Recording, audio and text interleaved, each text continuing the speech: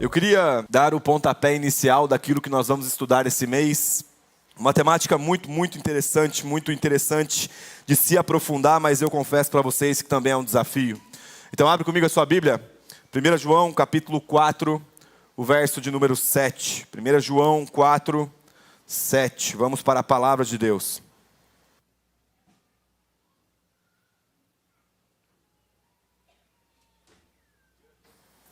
Primeira João capítulo 4, verso 7.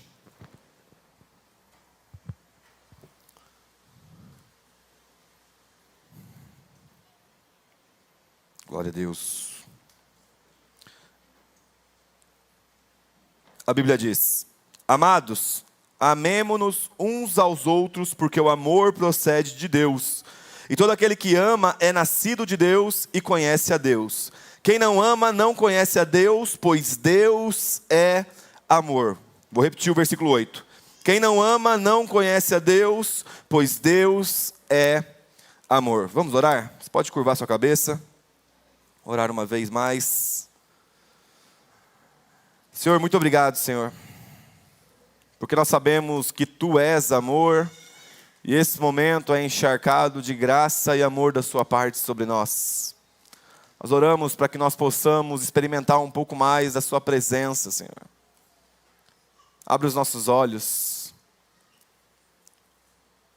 Dá-nos sensibilidade nos ouvidos e na mente, no coração, Senhor. A fim de que possamos Te conhecer um pouco mais. Fala conosco nessa noite. Ministra o nosso coração. Nós oramos por isso. Em nome de Jesus. Amém, amém e amém. Glória a Deus, glória a Deus. É bem provável que você já ouviu esse texto acerca desse atributo da pessoa de Deus, de que Deus é amor. De Gênesis até Apocalipse nós vemos Deus interagindo com a sua criação a partir de um coração de amor, ou melhor, a partir da sua natureza de amor. Diferente de nós, seres humanos que amamos, Deus é em essência amor.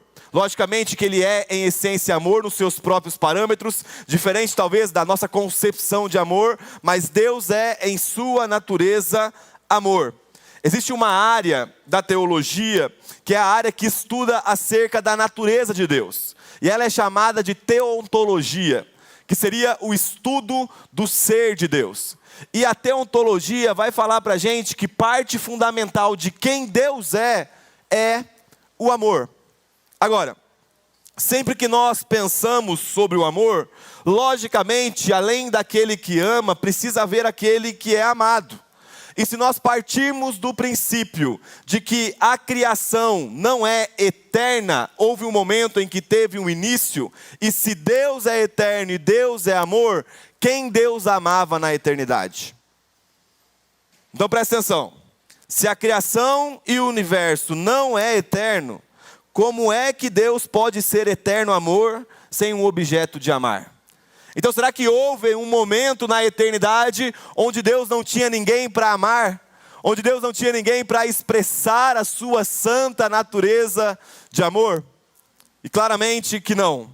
Nós cremos que na natureza de Deus existe uma diversidade. Então presta atenção, o nosso Deus é um Deus comunitário. O nosso Deus é um Deus comunidade.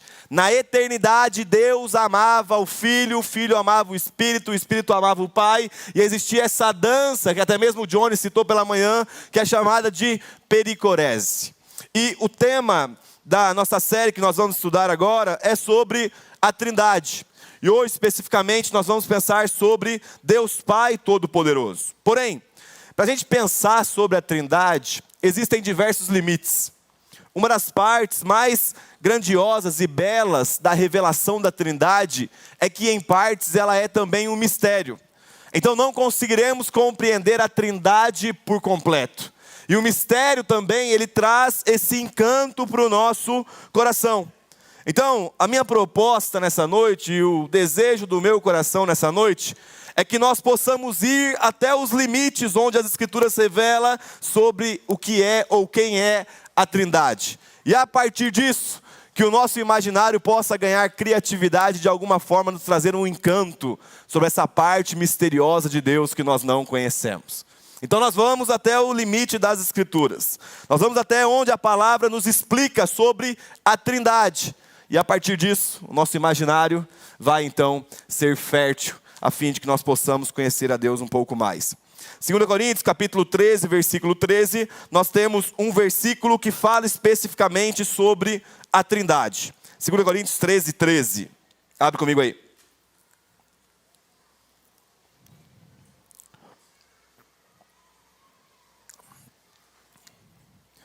A Bíblia diz: a graça do Senhor Jesus Cristo e o amor de Deus e a comunhão do Espírito Santo estejam com todos vocês. Vou repetir.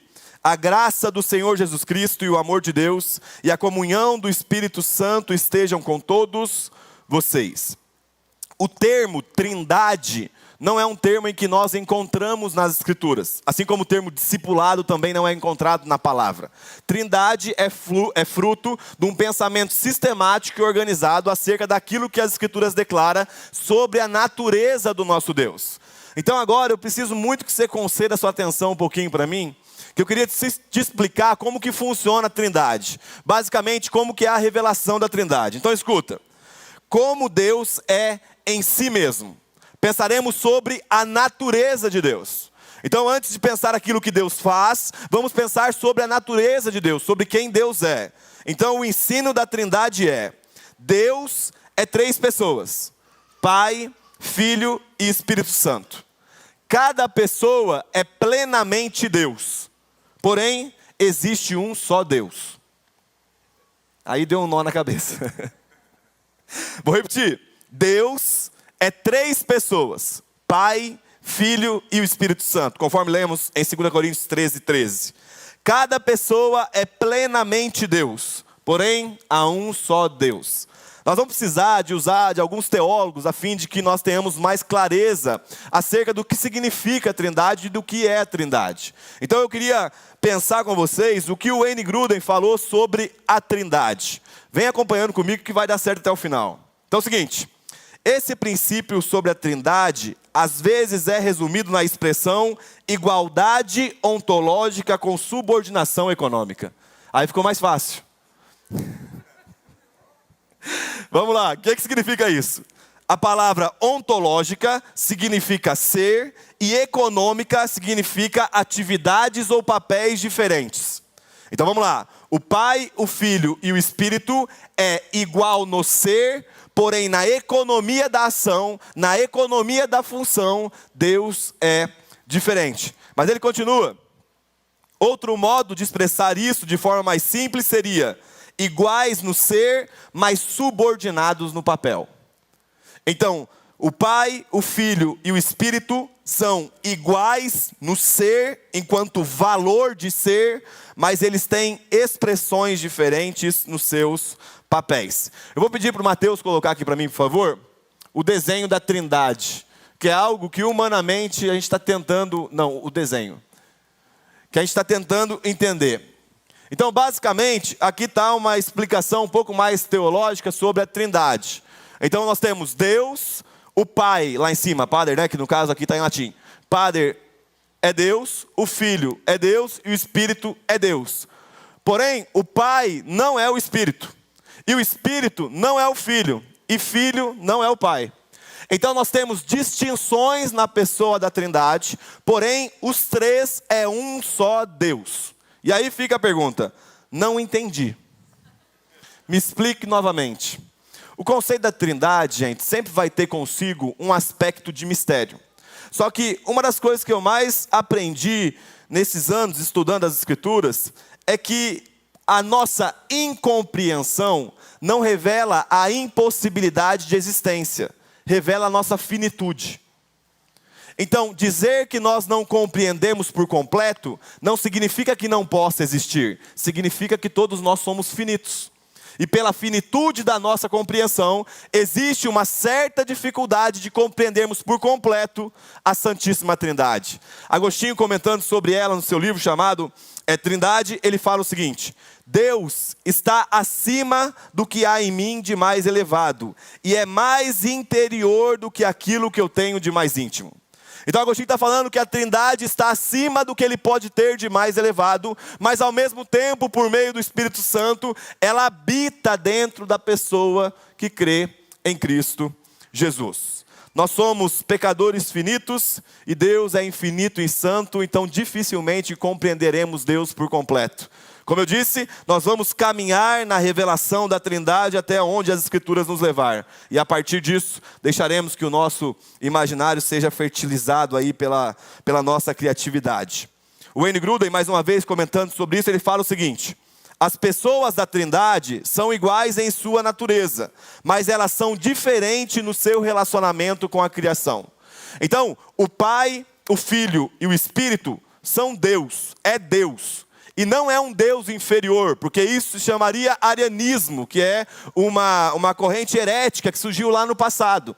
Então, tanto o Pai, quanto o Filho, quanto o Espírito têm o mesmo valor e potência de Deus. Não significa que o Pai é um Deus superior ao Filho, que é um Deus superior ao Espírito. Não. O que existe é uma subordinação de papéis. Na realização de atos, eles se submetem entre si, a fim de que o propósito de Deus seja cumprido aqui na terra.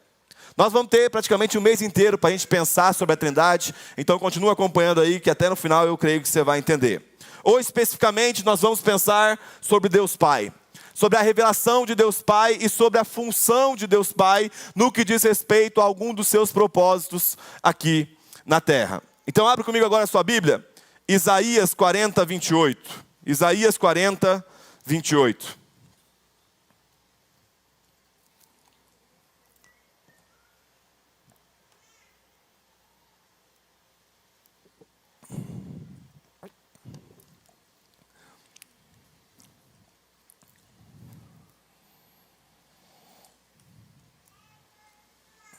Isaías 40, 28.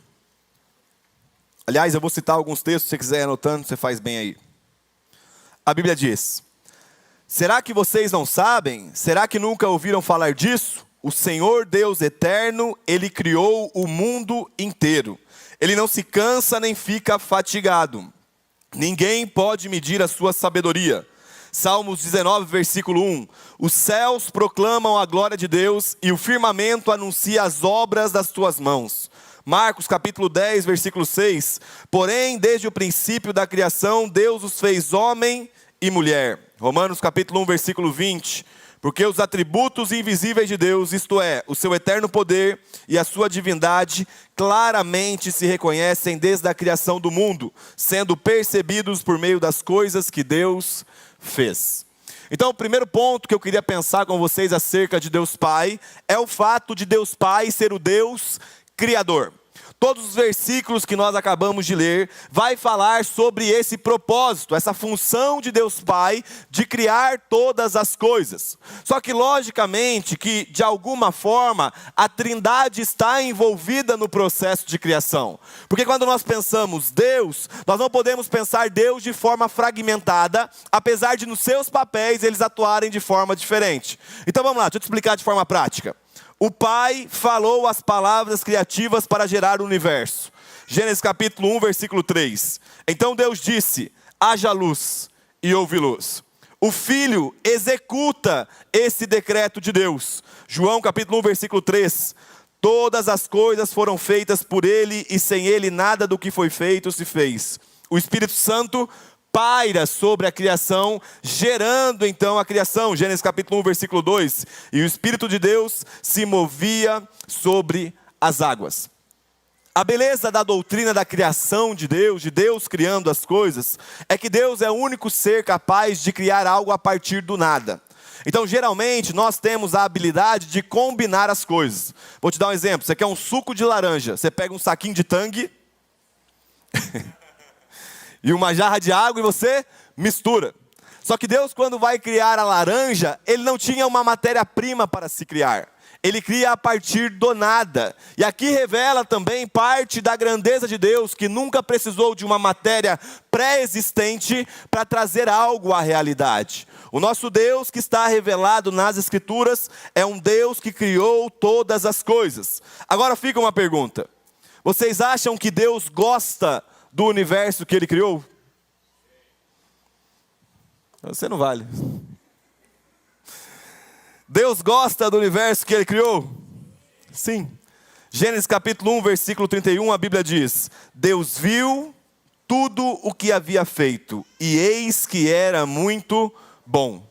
Então, quando Deus olha para a criação, Ele vê algo bom que Ele mesmo criou. Todos creem nisso? Agora, deixa eu te perguntar uma coisa. Como que você lida com a criação de Deus? Você já pensou na forma que você descarta o seu lixo? Se você está lidando com a criação de Deus de uma forma honrosa ou então desonrosa? Já parou para pensar que talvez o óleo que a gente joga dentro da pia da cozinha pode poluir um rio, poluir o oceano de algumas formas e destruir aquilo que Deus olhou e viu que era bom? Então, gente, um exemplo simples só que eu estou dando por meio da obra das coisas criadas, mas é para trazer a consciência para nós que quando nós falamos que estamos crendo em Deus, que é Criador sobre todas as coisas, nós precisamos compreender que essa perspectiva, essa cosmovisão, a revelação do Evangelho vai inundar a nossa vida, vai tomar conta de todo o nosso ser, ao ponto da forma que você descarta o seu lixo, pode ser algo que honra a Deus ou algo que desonra a Deus. Só que por vezes, por conta de uma mentalidade muito grega de religião, nós pensamos que um ato santo é sempre uma oração, um louvor ou um estudo bíblico. Só que tão santo quanto fazer essas coisas que eu falei, é também cuidar do seu corpo. Porque cuidar do seu corpo, que é uma criação de Deus, é uma forma que também você pode honrar a Deus. Só que dificilmente nós pensamos isso. Dificilmente nós pensamos isso porque nós fragmentamos a nossa fé dentro de caixinhas. Então o dia do Senhor é somente o domingo. E nós esquecemos que o Deus que criou, Ele criou todas as coisas. Todas as coisas foram criadas por Deus. E esse Deus viu que era bom. Logicamente que a criação está manchada por conta do pecado, a criação também, ela sofre com a consequência do pecado, mas não significa que ela perdeu a sua qualidade de ser boa, ela simplesmente está suja por conta do nosso pecado. E sabe, um dia eu estava conversando com um pai de uma adolescente, e da cidade que eu era, e aí eu lembro que ele falou assim: cara, meu filho está muito triste. Sabe o que eu vou fazer? Vou comprar um cachorro. Eu falei: rapaz, é essa a solução para a tristeza do seu filho? E é interessante como nós pensamos sempre assim: eu estou muito à toa, vou criar um problema para ficar ocupado. Né? Meu pai é assim, meu pai, gente, vou explicar a dinâmica do meu pai. Meu pai, se um dia ele ficar parado dentro de casa, ele morre. Então ele está em casa, ele quebra a porta para ele poder arrumar a porta. Esse é meu pai. Só diferente de nós em relação à forma que nós lidamos com a coisa, a criação de Deus nunca foi para ocupar um espaço vazio dentro do coração de Deus. A criação de Deus, ela veio de um ambiente que transborda de amor. E por transbordar da plenitude de Deus, todas as coisas foram criadas. Para quê? Para se relacionarem com Deus de amor. Então nosso Deus Pai é quem criou todas as coisas, e Ele não criou porque estava carente, não criou porque precisava de um problema. A criação fluiu de um ambiente que transbordava amor entre a Santíssima Trindade. Então essa criação não é fruto do acaso, não é fruto do Big Bang, é fruto de uma relação de amor. É nós observarmos cada detalhe do universo, cada beleza que compõe o mundo em que nós vivemos e compreendermos que isso é o exceder de amor de um Deus que é comunitário. É na relação entre Deus Pai, Deus Filho e Deus Espírito que eles decidem então criar a humanidade, para que a humanidade pudesse partilhar desse amor juntamente com eles. E esse é o nosso desafio. Porque parece que por vezes nós estamos observando a criação e vendo a coisa criada sempre de uma forma que seja uma segunda ordem, como que se isso não fosse importante. Só que, gente, repito, tanto quanto levantar as mãos para orar, ler as escrituras e jejuar, cuidar da nossa saúde, cuidar do meio ambiente também é uma expressão para a glória de Deus, porque Deus criou todas as coisas e viu que era bom. Agora, é até interessante como que parte do discurso que permeia os púlpitos brasileiros sempre coloca o homem na centralidade do discurso ou da atividade de Deus. Então, geralmente a gente pensa que a causa primária de Deus ter criado o universo foi para nos dar uma casa. Então a gente pensa, Deus criou todas as coisas para quê? Para mim. Deus criou todas as coisas para quê? Para que eu vivesse naquele lugar. E de fato Deus cria uma casa para as suas criaturas, porém existe uma finalidade que está relatada em Salmo 148, abre comigo aí. Salmo 148. O versículo 1, Salmo 148, versículo 1.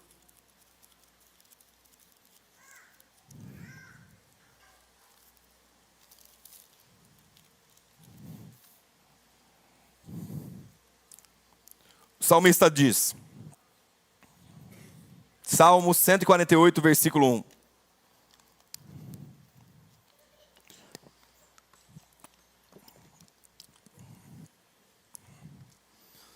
Aleluia! Louvem o Senhor dos altos céus, louvem o Senhor nas alturas, louvem o Senhor todos os seus anjos, louvem o Senhor todos os exércitos celestiais, louvem o Senhor sol e lua, louvem todas as estrelas luzentes, louvem o Senhor céus dos céus e águas que estão acima do firmamento. Louvem o nome do Senhor, pois Ele deu uma ordem e foram criados. Ele estabeleceu para todo sempre, fixou-lhes uma ordem que não será mudada. Desde a terra louvem o Senhor, louvem os monstros marinhos e todos os abismos, fogo e granizo, neve e vapor, ventos fortes que lhe executam a palavra, montes e todas as colinas, árvores frutíferas e todos os cetros, feras e todo o gado, animais que rastejam e aves, reis da terra e todos os povos, príncipes e todos os juízes da terra, rapazes e moças, velhos e crianças, louvem o nome do Senhor, porque só o seu nome é excelso, a sua majestade está acima da terra e do céu. Ele exalta o poder do seu povo, o louvor de todos os seus santos, os filhos de Israel, povo que lhe é chegado. Aleluia. Então o texto está falando que toda a criação tem uma finalidade primária: louvar ao Senhor. Então tudo que foi criado primariamente para louvor de Deus. Então escuta, nós não temos o direito de destruir algo que está louvando ao Senhor. E aqui nós precisamos voltar um pouquinho, gente, e talvez ser cristãos que vão pensar também no aspecto da sustentabilidade do meio ambiente. Porque se estamos destruindo um ambiente que louva a Deus, nós estamos emudecendo uma parte da criação que tem uma responsabilidade: louvar ao Senhor. Só que isso parece que não é santo para nós. Só que isso parece que não é importante para nós. Porque de alguma forma a nossa fé se tornou uma fé fragmentada. De alguma forma nós perdemos a integralidade do que é crer em Cristo Jesus, ou viver para a glória de Deus. Que vai muito além daquilo que nós podemos expressar em um domingo, meus irmãos. Vai muito além daquilo que nós podemos viver numa terça-feira na sala de oração. Envolve a integralidade do nosso ser. Então o cuidado que temos com a natureza é também uma forma de que o nosso Criador, Deus Pai, seja glorificado pelas suas obras. Agora, se o primeiro ponto aqui que eu queria pensar com vocês é sobre Deus Pai ser o Criador, além de Criador, Deus Pai também é Senhor. Então Salmos 103, versículo 19, Salmos 103, versículo 19, a Bíblia diz: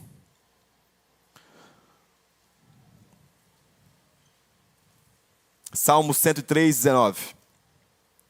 Depois desse você citar mais dois textos. Então, rapidinho aí.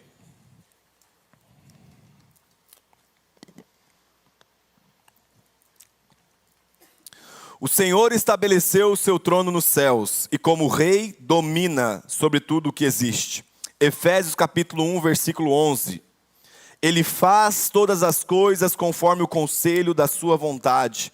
Mateus capítulo 10, versículo 29. Não se vendem 2 pardais por uma moedinha? Entretanto, nenhum deles cairá no chão sem o consentimento do Pai de vocês. E quanto a vocês, até o cabelo da cabeça de vocês estão contados.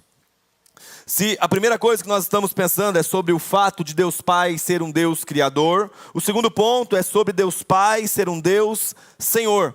O mesmo Deus que criou todo o universo continua organizando e orquestrando cada detalhe do universo, a fim de que ele também seja conhecido por meio das obras que ele mesmo fez e ele mesmo realizou. O Millard Erickson, falando sobre a doutrina da providência de Deus, ele fala o seguinte: a criação é a obra primordial de Deus com respeito ao universo. Já a sua providência é a sua relação contínua com Ele.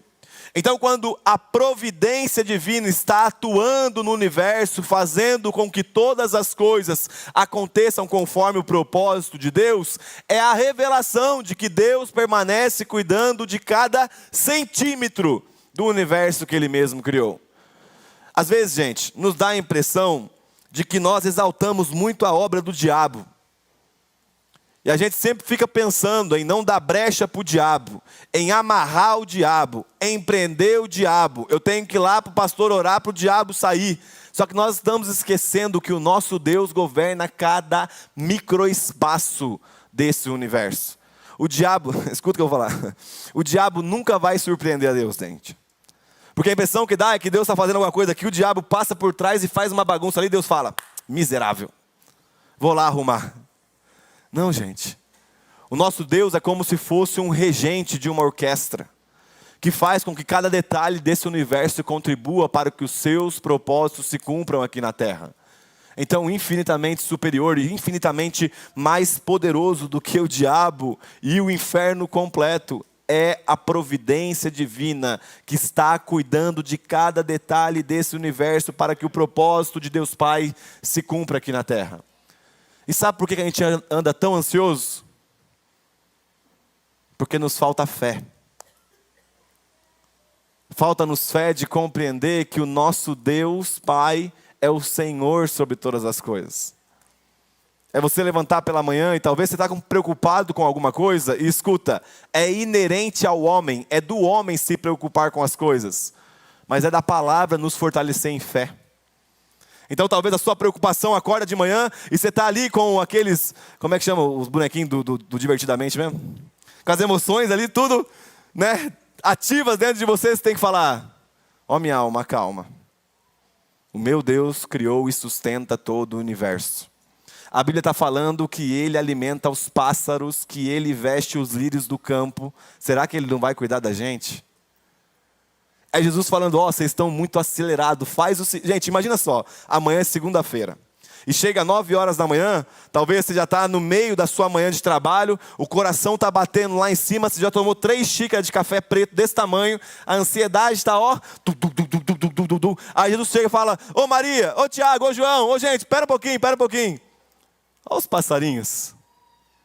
No meio da empresa, o chefe aqui falando: vamos, tem que entregar, produzir, tem que vender. Aí Jesus fala: não, peraí. Dá uma olhadinha ali nos lírios do campo. Já imaginou? Que loucura seria para nós a gente falar: Jesus, peraí, que eu estou ocupado aqui. E sabe, essa nossa inquietação, essa nossa ansiedade, lógico que eu estou falando ansiedade não no aspecto patológico de doença, mas essa ansiedade que é produzida por uma hiperexpectativa que nós vamos colocando nas coisas e por uma falsa noção de soberania da nossa parte, faz com que a gente venha andar totalmente preocupado todos os dias. E nós perdamos os detalhes do universo de um Deus que está querendo se revelar a nós também por meio da criação. Então, quando você estiver ansioso, quando você estiver preocupado, nós temos que estabelecer um pacto aqui, gente. Que nós vamos parar por um pouquinho, vamos buscar uma janela e vamos começar a observar os passarinhos. Por quê? Porque Deus disse que isso seria bom para nós. Deus disse que isso traria a lembrança da nossa memória, que Ele continua cuidando de todas as coisas. O nosso Deus é um Deus que governa todo o universo. Agora escuta, Ele cuidar de todas as coisas não significa que as coisas serão como você quer que seja. Porque existem 2 vontades, a de Deus e a nossa. E Deus não tem necessariamente que fazer a nossa vontade, mas por crermos que Ele é totalmente bom e nos ama plenamente, nós podemos nos deleitar na vontade dEle, ainda que seja contrária à nossa, porque Ele é Senhor de todas as coisas, inclusive da nossa vida. Sabe, eu nunca consegui contar os fios de cabelo que tem na minha cabeça. E provavelmente você também não. Mas, cara, Deus sabe quantos fios de cabelo que tem na nossa cabeça. E logicamente que ali, Jesus está usando uma metáfora, e pela soberania divina ele pode saber, mas o que ele está falando é, o Pai de vocês conhece vocês. Vocês não são desconhecidos. Deus conhece cada necessidade do nosso coração antes mesmo de falar. E talvez a gente está tão preocupado com o pão nosso de cada dia, que Ele disse que nos daria, e nós estamos esquecendo que nós já temos o pão da vida. E Ele é o nosso deleite eterno. E Ele é a nossa satisfação eterna. Provérbios capítulo 16, versículo 33. A Bíblia diz: para fazer um sorteio são lançados dados, mas toda decisão procede do Senhor. Olha isso vai contra a nossa religiosidade. Para fazer um sorteio são lançados dados, mas toda decisão procede do Senhor. Então o que você tem que fazer? A hora que você for jogar, você fala, vontade do Senhor. Tô brincando. Brincadeira, gente, brincadeira. É brincadeira, tá? Mas escuta, falando sério. Aqui o autor de Provérbios, o sábio, está nos falando que até mesmo detalhes das coisas que acontecem no universo provém da vontade de Deus, provém do propósito de Deus. Então as coisas não acontecem por acaso. Eu fui ministrar na semana retrasada, eu fui para o Maranhão, acho que foi o Maranhão que eu fui pregar, e aí eu estava indo para o aeroporto, e eu tinha esquecido minha mala no carro do irmão que tinha me levado até na van, que tinha o transfer lá, né? E aí o cara indo, mais ou menos uns 20 minutos de carro, eu levantei, eu estava deitado, era madrugada, falei, minha mala. Aí o motorista, poxa, e agora, cara? Eu falei, não, tem só uma maquineta de cartão lá, era a mala que a gente leva para vender alguns livros quando a gente vai ministrar. E aí eu peguei e falei, nossa, perdi a mala e tal, perdi a mala. Eu lembro que esse irmão que estava me acompanhando, que era da igreja, ele é novo convertido.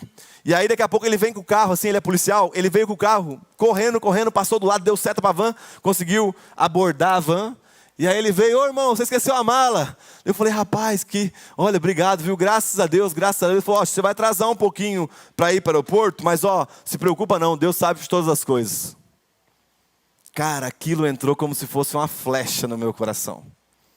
Ali eu pude provar um pouquinho pelos lábios do meu irmão, aliás, novo na fé, Deus comunicando ao meu coração, eu estou cuidando de cada detalhe, talvez até o esquecimento da mala, foi algo que o próprio Deus proveu, para quê? Não sei, para que seus propósitos fossem cumpridos. E às vezes a gente está tão encantado com o super, hiper, mega, hidro, blaster sobrenatural de Deus, e a gente esquece de se atentar para os detalhes da vida, gente. Às vezes nós pais, nosso filho está chamando a gente para mostrar um desenho que talvez vai nos impactar profundamente. Mas sabe o que é, meu filho? Eu tenho tanta coisa para fazer no momento do meu trabalho.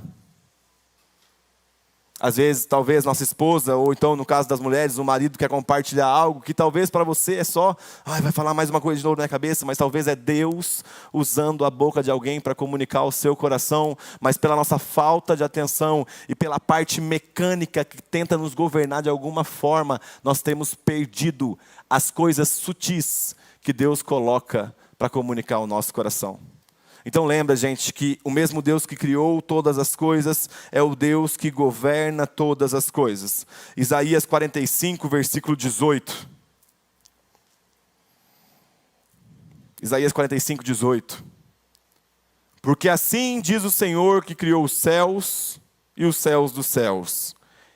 E Ele é o único Deus que formou a terra e a fez. Ele estabeleceu, Ele não a criou para ser um caos, mas para ser habitada. Eu sou o Senhor e não há outro. Eu sou o Senhor e não há outro. Nós precisamos extremamente começar a confiar na providência divina. E a providência divina, por vezes, vai ser contrária à nossa vontade. Escuta o que eu vou te falar, não significa que Deus vai te dar conforto a todo momento e fazer com que as coisas aconteçam da forma que você quer. Mas as coisas acontecendo da forma que Deus quer é uma garantia de que a vontade dEle é boa, agradável e perfeita por toda a eternidade. E o nosso deleite consiste na confiança em Deus. Porque o que parece às vezes? O pastor Paulo Borges fala uma coisa muito interessante. ele fala assim: você quer ver a maturidade de alguém? Observe a lista de oração dessa pessoa.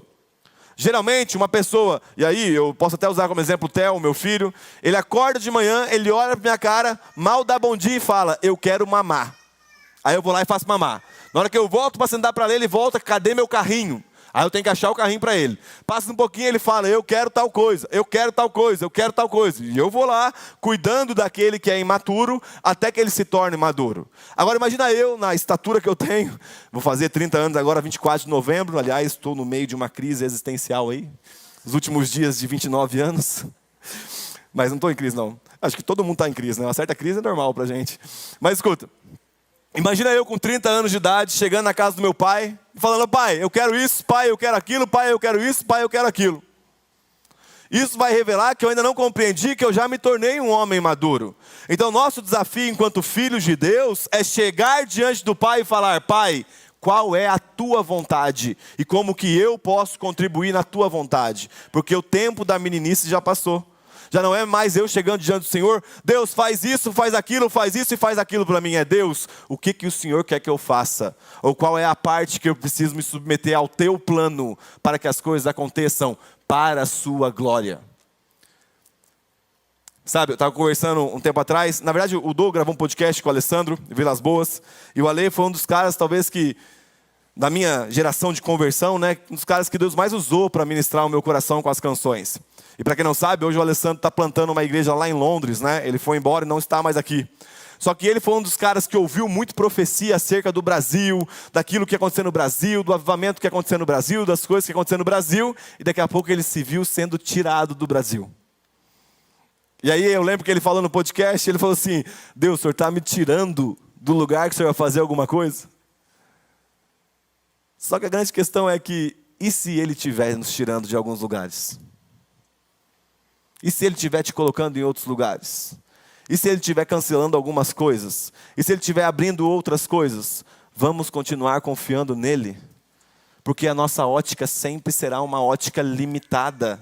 Nós não conseguimos planejar, aliás, nós não conseguimos ser fiel, gente, a um plano de um mês, quanto mais de décadas.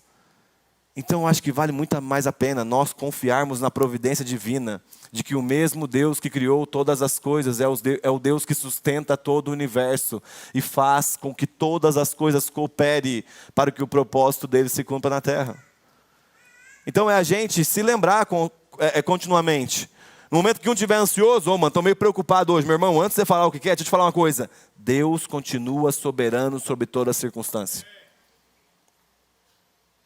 Poxa, mas não é que eu descobri uma doença e agora é terminal. Deus continua soberano sobre todas as coisas. Ah, mas é que agora eu enriqueci, eu estou trilionário. Meu irmão, Deus continua soberano sobre todas as coisas. Ganhando ou perdendo, vivendo bem ou vivendo mal, Deus continua sendo soberano em todas as coisas. E nós podemos nos deleitar no fato de que Ele nos ama e está cuidando da gente, conforme os parâmetros dele mesmo. Então, nosso Deus Pai é o Deus Criador, o nosso Deus Pai é o Deus Senhor. Mas por último, Mateus capítulo 3, versículo 13, abre comigo aí. Último ponto, Mateus 3, 13.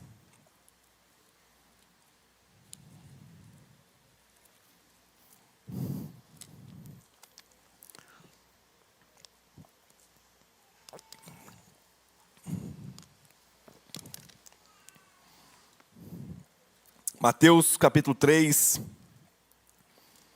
versículo 13.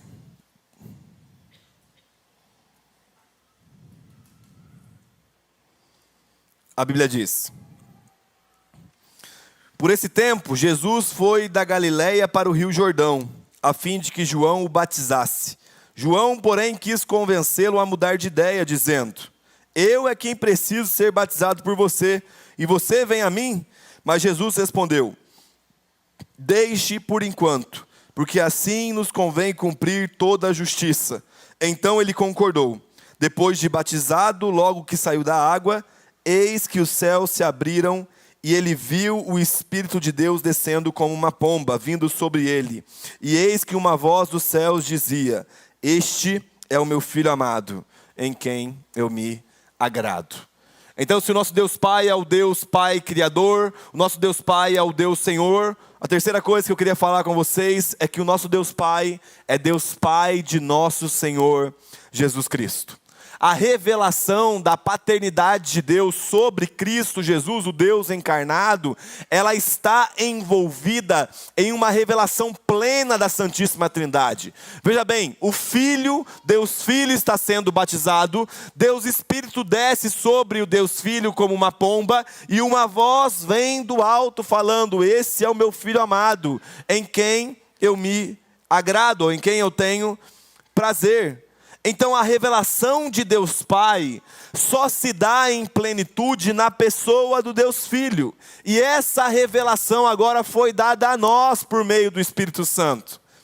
E você sabe que o único caminho para a salvação é por meio de Cristo Jesus, é nos entregarmos a Deus Filho, a fim de que, justificados por meio da sua obra, nós sejamos transportados do reino das trevas para o reino do Filho amado. Porém, aquilo que eu falei no início, de que a criação ela foi gerada em um ambiente de abundar de amor, de exceder de amor, o convite que Deus Filho nos faz, ou que Deus Pai nos faz por meio de Deus Filho, é que nós venhamos participar desse relacionamento de amor.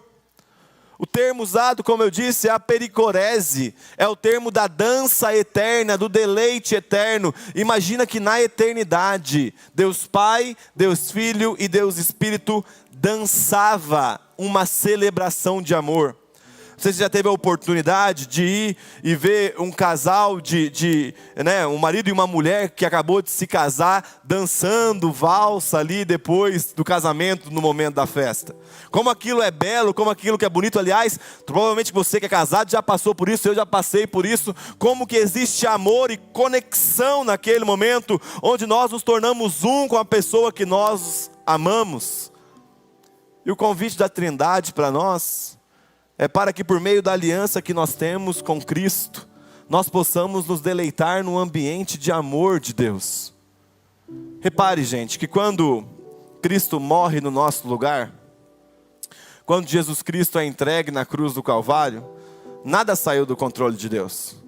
Cada gota de sangue que pingou do corpo de Cristo Jesus estava planejada pelo próprio Deus. Aliás, todo o plano de redenção da humanidade, todo o plano de salvação da humanidade foi planejado por Deus.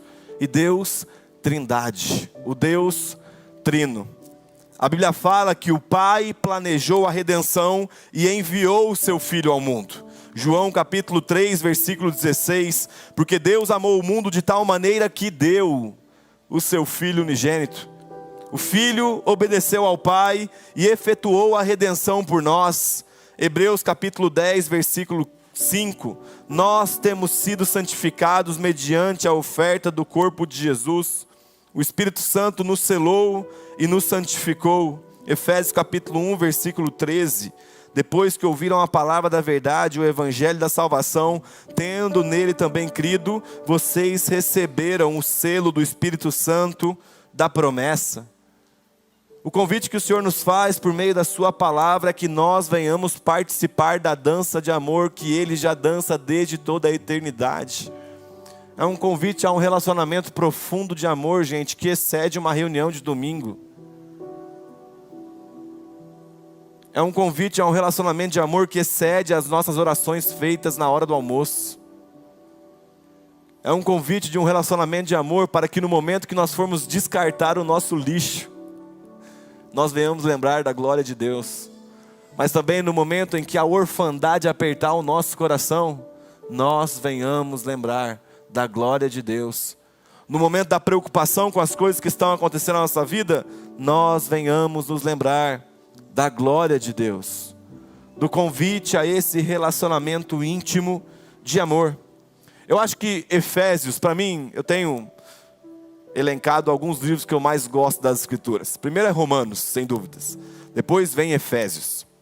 Efésios capítulo 1, versículo 3, talvez tenha uma das maiores expressões de amor que nós vamos ter relatado nas Escrituras. Efésios capítulo 1, versículo 3, a Bíblia diz: Bendito seja o Deus e Pai de nosso Senhor Jesus Cristo, que nos abençoou com todas as bênçãos espirituais nas regiões celestiais em Cristo. Antes da fundação do mundo, Deus nos escolheu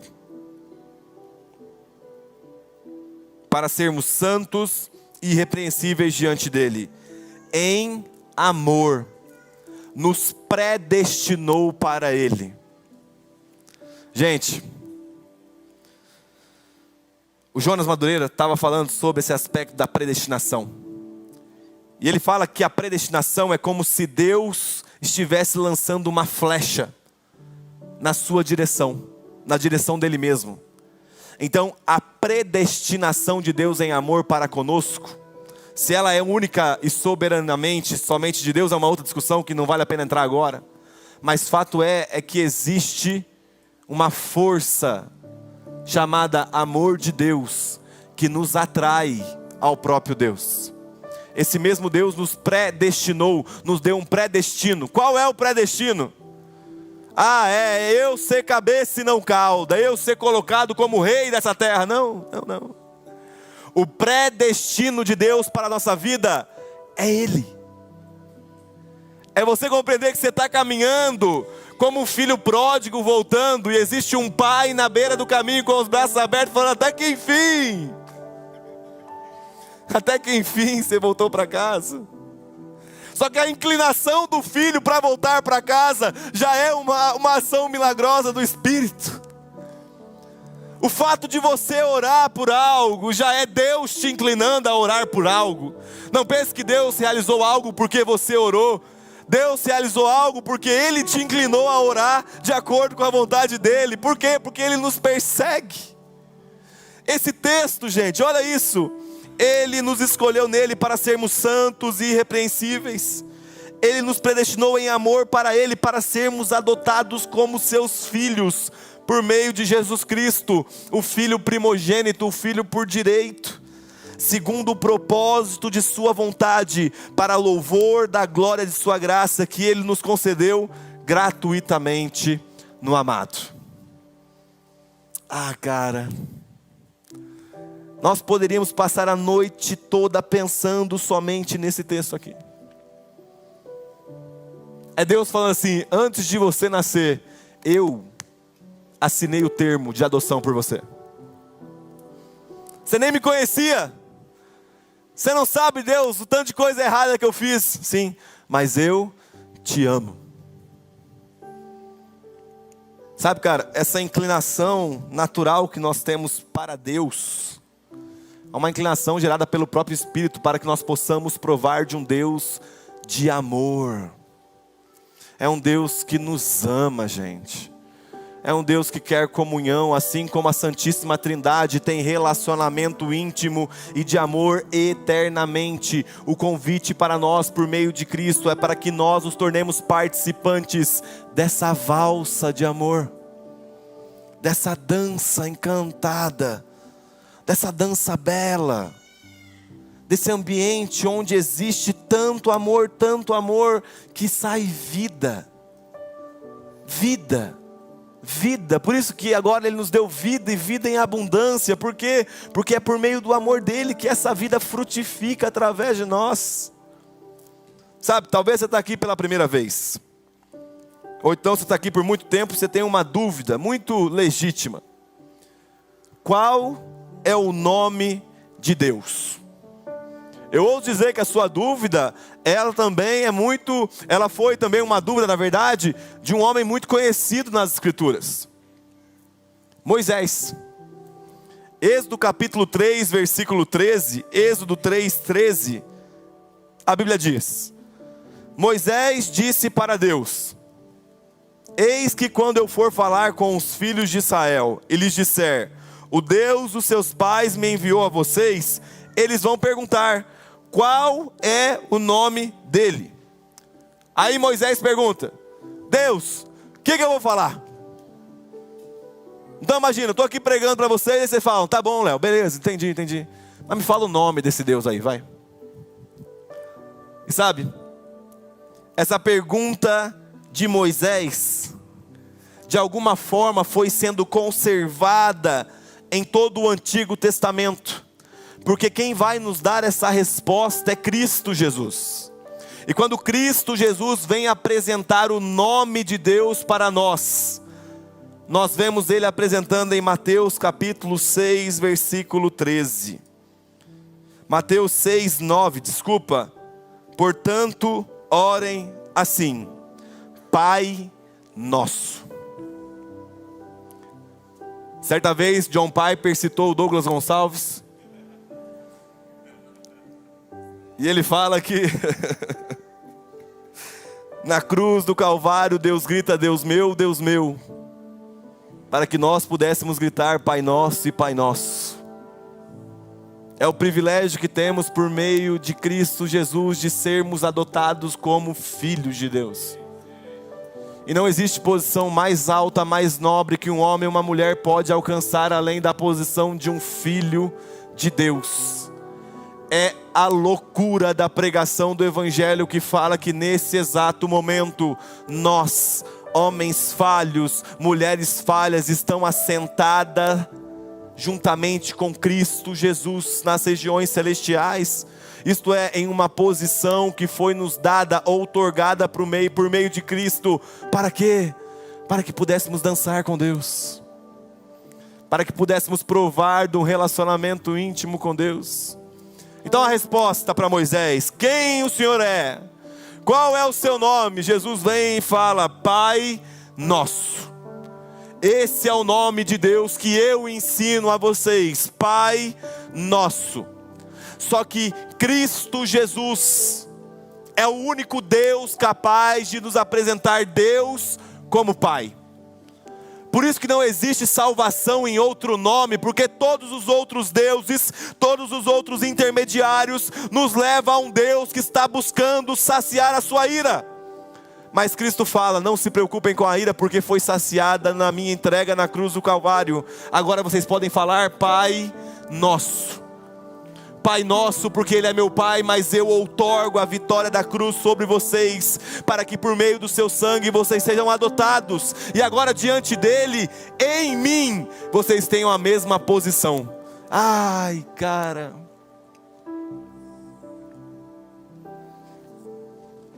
nós estamos podendo experimentar de um amor eterno.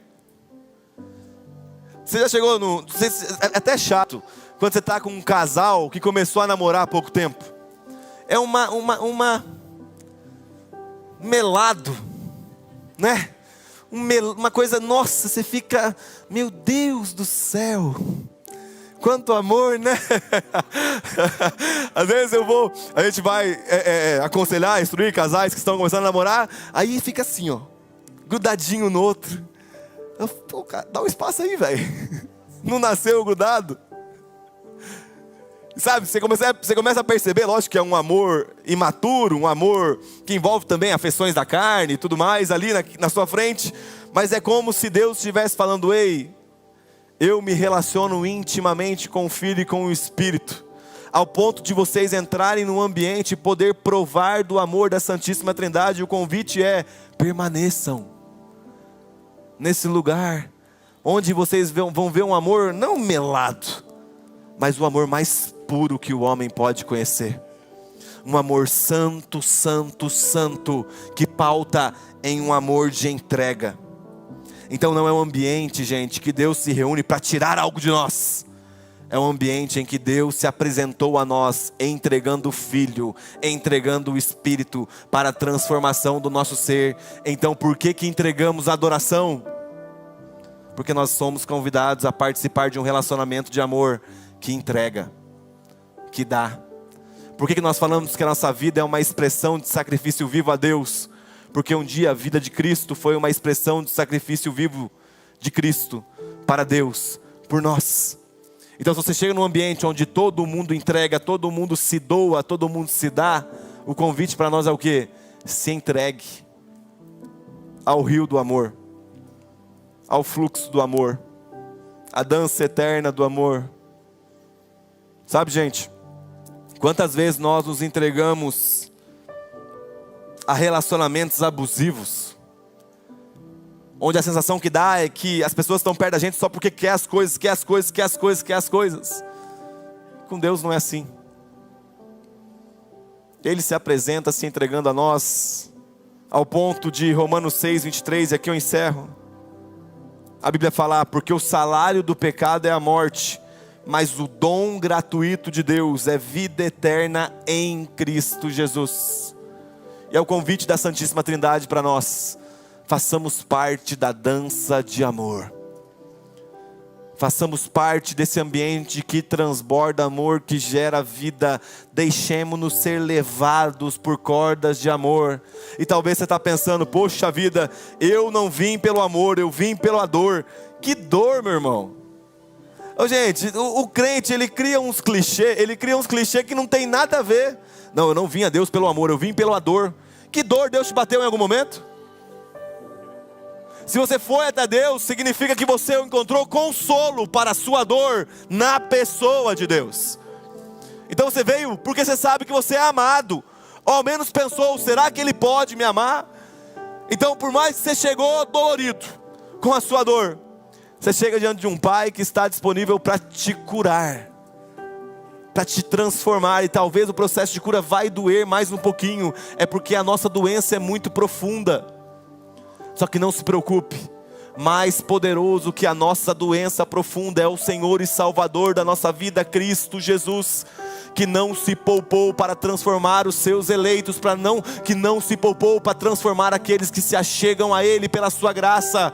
Então hoje é um convite, entreguemos-nos à graça de Deus, ao amor de Deus. Eu estou tentando desde o início falar uma coisa. Não se poupem, não se poupem.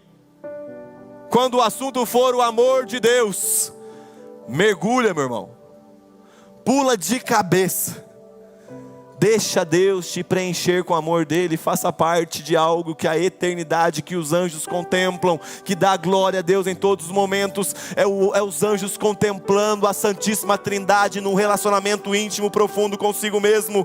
E esse convite a nós, façam parte desse ambiente de amor.